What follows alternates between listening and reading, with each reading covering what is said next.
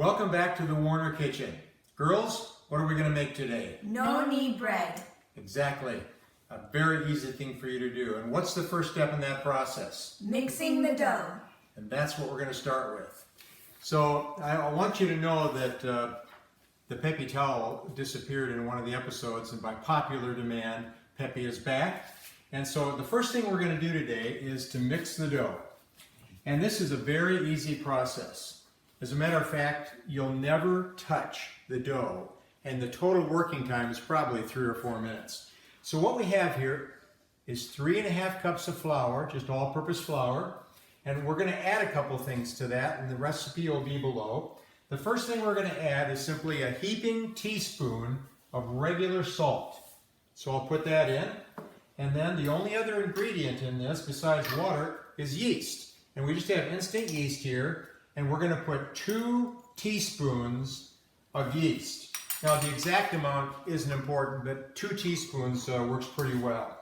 And then the next thing we do is we're going to mix, just whisk that up so all the dry ingredients are pretty well combined. And then we take 13 ounces of water, warm water, put it in the microwave for 20 seconds, 30 seconds, and it'll be warm. And on most measuring cups, you have cups and ounces. And so we want 13 ounces of water. And we're simply going to pour that in. Now that's a lot of water for this amount of flour, but it's very important. This is a very wet, shaggy dough. The only thing we do here is we take some kind of mixing utensil. I'm using a fork, but you can use a spoon. And we're simply going to stir that. And the goal here is simply to get all the loose flour incorporated into the wet. And so when we're done, all we want to do here is have very little dry flour. And it's going to be a shaggy mess, and that's exactly what we're looking for. And so you stir here for maybe 20, 30 seconds. And you can see in there now, there is no dry flour. It's all incorporated, and that's it. And so now we take my Peppy towel, and we cover it, and we leave it on the counter for 90 minutes, an hour and a half. I'm going to start the timer. When the 90 minutes is up, we'll be back and show you the next step. All right, the dough has risen for 90 minutes. And girls, what's the next step? Deflating the dough. That's what we're going to do. So step right over here. The Peppy towel has been covering the dough here for 90 minutes. We'll put him up there. We're going to use him again in just a minute. Now, I promised that we would never touch the dough, and I'm going to keep my promise. You see the dough has risen, and you see it's very, very moist. Now, here's a tool that I think you should get. You don't have to have this, but this is like a 50-cent plastic spoon. We're not going to use the spoon end. We're going to use the handle end. And what we're going to do to deflate the dough is we're going to plunge this in and turn it about 3 or 4 times. So watch this. We're going to go in and turn, go in and turn, go in and turn. Now you can see it's still real sticky. So what we're going to do is we're going to sprinkle some dough or some flour in here. Not a lot, just enough to get around the edges. And we're going to turn this around the bowl until it comes loose from the sides. Okay? Now it still looks like a gooey mess. I think I need just a little bit more flour in there just to loosen it up. And when you have it loosened, we're going to put it in another bowl. And so I have another bowl here that I'm going to spray. You could use regular oil, but I sprayed it. And we're going to just put this into that bowl. And we're just going to let it plop in there, just like that. We don't have to worry about what it looks like. We're not going to touch it. We're just going to let it sit there. And then we're going to take the Peppy towel. We're going to cover them up again for 30 minutes. Now we're going to preheat the oven in about 15 minutes, but we're going to let this rise for 30. So I'll be back in 15 minutes, and I'll show you what we're going to do with the oven. Okay, we're halfway through the rise. We have another 15 minutes to go, but we're going to preheat the oven.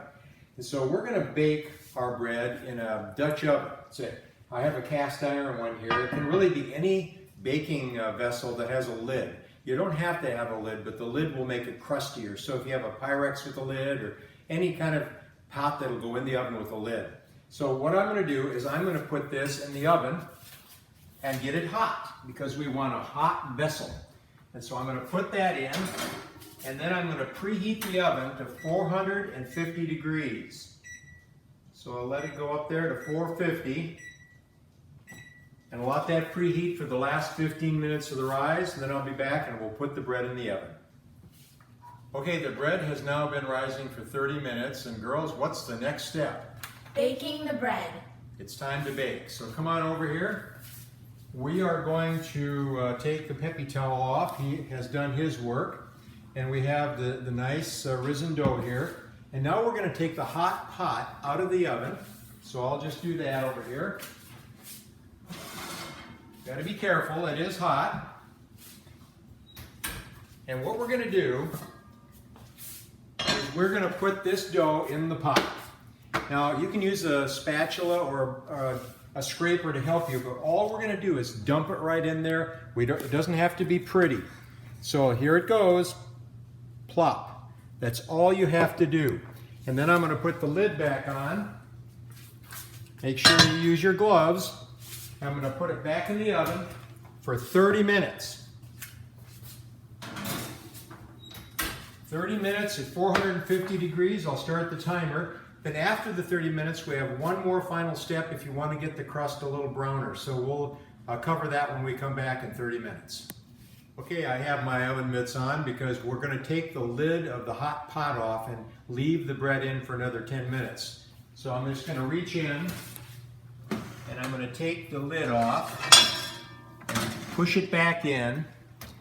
And now we're going to leave it in there for an additional 10 minutes. I'm going to put this down because it's real hot.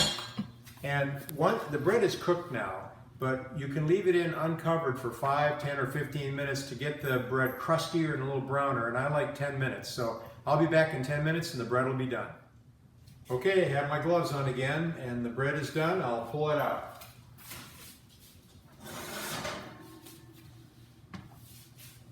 Now it should drop out pretty easily.